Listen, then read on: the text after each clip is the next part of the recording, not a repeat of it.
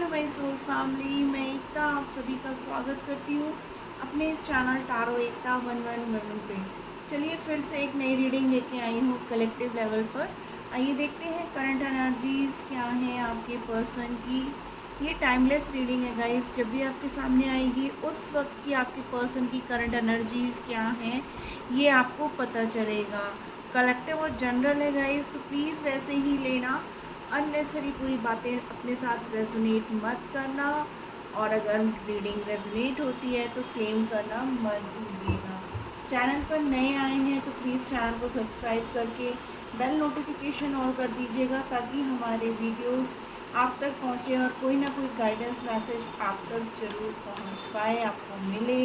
ठीक है, तो चलिए जल्दी से आप अपने पर्सन का नाम ले लीजिए, 3 टाइम्स विजुलाइज कर लीजिए उनका फेस, ताकि हम ज़्यादा से ज़्यादा एनर्जीज उनकी ले पाएंगे। ठीक है, तो चलिए लेके प्रभु का नाम हम शुरू करते हैं। जय हो शिव शक्ति, जय हो Radhe Krishna. Please angel divine guide करिए हमारे व्यूअर्स, जिस किसी के बारे में भी सोच के ये रीडिंग देख रहे हैं उस पर्सन की करंट एनर्जीज क्या है कलेक्टिव लेवल पर, क्या है उसकी एनर्जीज कलेक्टिव लेवल पर। Thank you. Okay, the first card is 5 of Cups, Page of Wands,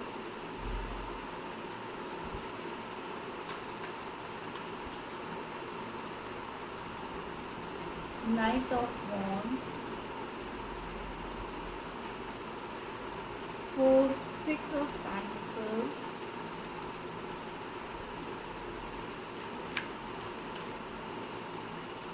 the Justice,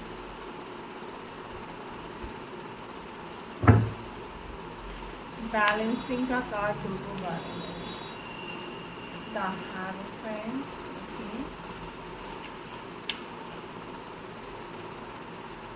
King of Cups,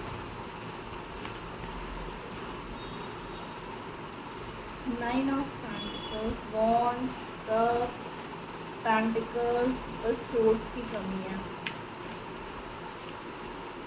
the Empress,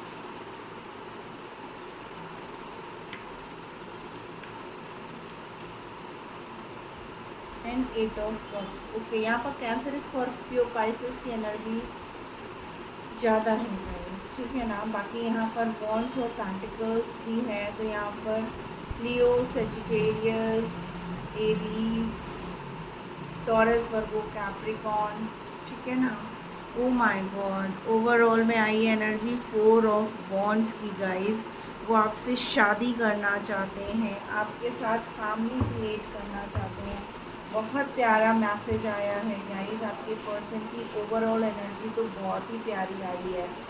yes, past में दिख रहा है मुझे ऐसा कि जैसे आप लोग के बीच में ना कुछ ऐसी बातें हुई हैं जिसकी वजह से आपने ना उन्हें ऐसा कुछ कह दिया है, जिसकी वजह से वो बहुत ज़्यादा इमोशनली हर्ट हो गए हैं, ठीक है ना। वो चाहते हैं इस रिश्ते में एक ग्रोथ, एक अबंडेंस, लेकिन कहीं ना कहीं जो है ना उन्हें इस बात का एहसास हो रहा है, अकेले बैठ कर के वो सोच रहे हैं कि पास्ट में जो है ना हमारी लाइफ में कितनी खुशियाँ थी, हम लोग एक साथ कितना टाइम स्पेंड करते थे, हम दोनों एक दूसरे के साथ ना एक अट्रैक्शन पुल फील करते थे, एक दूसरे की फीलिंग्स को समझते थे।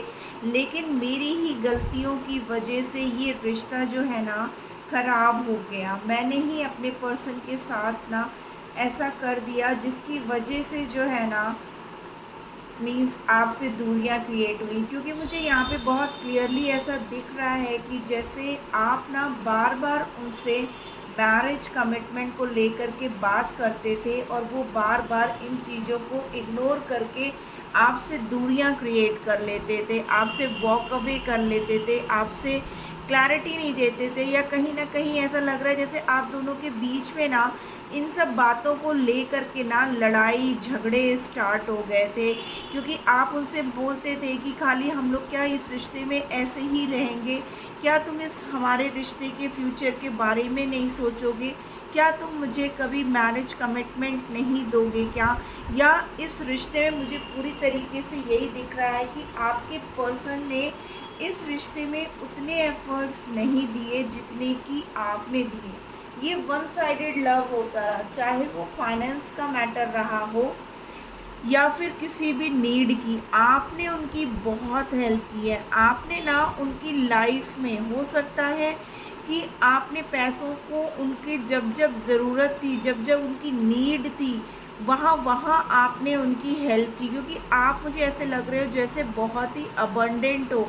आप ऐसे पर्सन थे जो बहुत ही ग्राउंडेड, ठीक है ना, आप जो है इतने सुंदर, सब चीज़ों को समझ करके वर्क करने वाले थे। लेकिन फिर भी आपके पर्सन जो है ना, इस रिश्ते में एक बैलेंस क्रिएट नहीं कर पा रहे थे।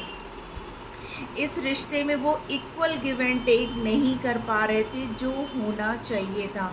इस रिश्ते में ना प्यार तो बहुत थे, बट कहीं ना कहीं ऐसा लग रहा है जैसे इमोशंस की बहुत कमी थी। मीन्स आप बहुत इमोशनल थे, आप जो है उनके साथ बहुत ज़्यादा प्यार करते थे, केयर करते थे, उनकी हर बात, छोटी बड़ी बातों को बहुत ध्यान देते थे।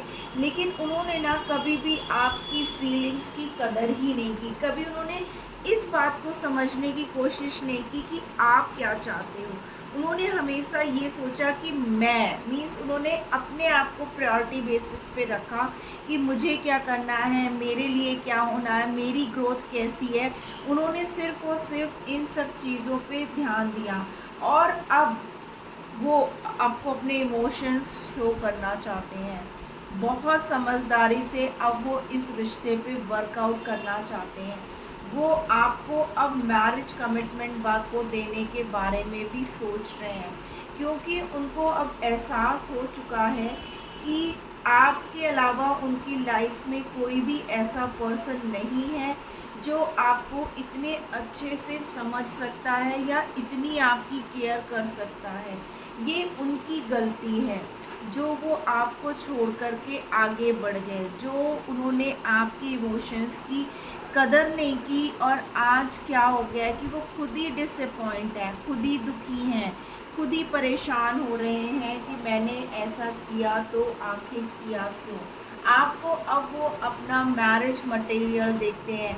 पास्ट में बहुत सी बातें उन्होंने आपसे छुपाई हैं, ठीक है ना, आपको नहीं बताई हैं, हाइड करके चले हैं। बट ऐसा लगता है जैसे आप लोग के बीच में ना एज गैप भी है और वो वापस आना चाहते हैं। देखिए लिटरली वो बैठ करके सोचते रहते हैं कि इस रिश्ते को मैं कैसे ठीक करूं, कैसे वापस मैं इस रिश्ते में जाऊं, जबकि इस रिश्ते में गलती सिर्फ़ और सिर्फ मेरी थी। वो आपको मैनिफेस्ट कर रहे हैं, इस प्यार को फिर से पाना चाहते हैं गाइस, ठीक है ना, आपके पास वापस आना चाहते हैं। पास्ट में उन्होंने जो जो गलतियां की है ना, उस वजह से आप लोग के बीच में इतनी लड़ाई झगड़े हुए हैं और इस बात का एहसास उनको अब हो रहा है। इसलिए अब वो आपके पास कैसे भी करके वापस आना चाहते हैं। इस रिश्ते में वो खुशियाँ आपको देना चाहते हैं जो आप हर पल उनसे मांगते थे और वो इग्नोर कर देते थे, और जिसकी वजह से ना आप लोग के बीच में बहुत ज़्यादा मिसअंडरस्टैंडिंग हो गई, ठीक है ना, वो आपसे दूरियां क्रिएट करने लगे। लेकिन अब वो सब चीज़ों को हील करके इस रिश्ते को कंप्लीट करना चाहते हैं। वो दिन रात आपको मैनिफेस्ट कर रहे हैं। अगर फाइनेंशियली भी देखा जाए तो वो अब इस रिश्ते में इक्वल गिव एंड टेक करना चाहते हैं और आपके साथ कंप्लीट होकर के इस रिश्ते का फ्यूचर आपके साथ क्रिएट करना चाहते हैं। आपको हो सकता है उन्होंने बहुत कुछ सुनाया भी हो, ठीक है ना, बट उन्हें अब एहसास हो रहा है कि उन्होंने अपने गुस्से में आपको जाने क्या क्या बोल दिया ऐसा जो उन्हें नहीं बोलना चाहिए था। उन्होंने ऐसा सब कर दिया जिसकी वजह से रिश्ते इतने ख़राब हो गए और आप पूरी तरीके से चेंज हो गए। मीन्स पहले ना ज़रा सा भी लड़ाई झगड़े होते थे तो आप जो है ना तुरंत उनको मनाने चले जाते थे, क्योंकि आप चाहते थे ये रिश्ता स्मूथली चलता रहे, चाहे गलती उनकी ही क्यों ना हो, लेकिन हर बार झुके आप हो। लेकिन इस बार आपने भी सोच लिया कि अगर ये रिश्ता सिर्फ़ और सिर्फ मुझे ही चलाना है या मुझे ही एफ़र्ट्स देने हैं तो अब मैं भी नहीं दूंगी और अब अगर सामने वाले को मेरी केयर है, मेरे इमोशंस की फ़र्क पड़ता है मेरे इमोशंस से, या मेरी फीलिंग्स की कदर है, तो वो खुद से वापस आए और वो आएंगे। अब वो वापस आना चाहते हैं, आपको मैरिज कमिटमेंट का ऑफ़र भी देना चाहते हैं। सी गाइस कितना प्यारा है, hierophant with the 4 of wands की एनर्जी आई है गाइस, ठीक है ना। क्लेम करिए इस एनर्जी को। यूनियन की वाइब्रेशन है गाइस, बहुत प्यारी एनर्जी आई है। आपके पर्सन को अब सब चीज़ें समझ में आ चुकी हैं। उनको आपकी चुप्पी ना बर्दाश्त नहीं हो रही थी, ऐसा लग रहा था जैसे वो आपको खो रहे हैं। कहीं ऐसा ना हो कि वो बिल्कुल ही आपको खो दे और वो बैठ के टाइम सिर्फ सोचने में ही निकाल दें। सी वेरी सून, बहुत जल्द वो आपकी तरफ आएंगे गाइस, ठीक है ना। उन्होंने अब बहुत क्लियरली डिसाइड कर लिया है कि वो अब आप तक आकर के रहेंगे और उन्हें कोई नहीं रोक सकता।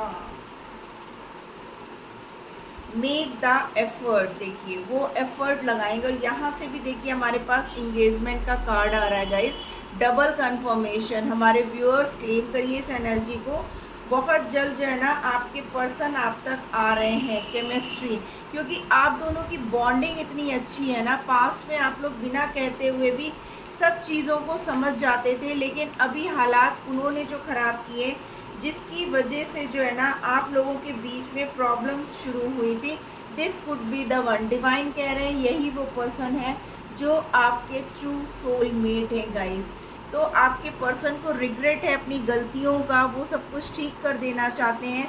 इमोशनली वो आपसे बहुत ज़्यादा कनेक्टेड है, और जो प्रॉब्लम थी इस रिश्ते में मैरिज कमिटमेंट को लेकर के, तो उनकी करंट एनर्जीज़ यही हैं कि वो अब वापस आना चाहते हैं, इस रिश्ते में न्याय करना चाहते हैं, अपनी गलती के लिए माफ़ी मांगना चाहते हैं आपको, और आपके साथ अपना फ्यूचर क्रिएट करना चाहते हैं।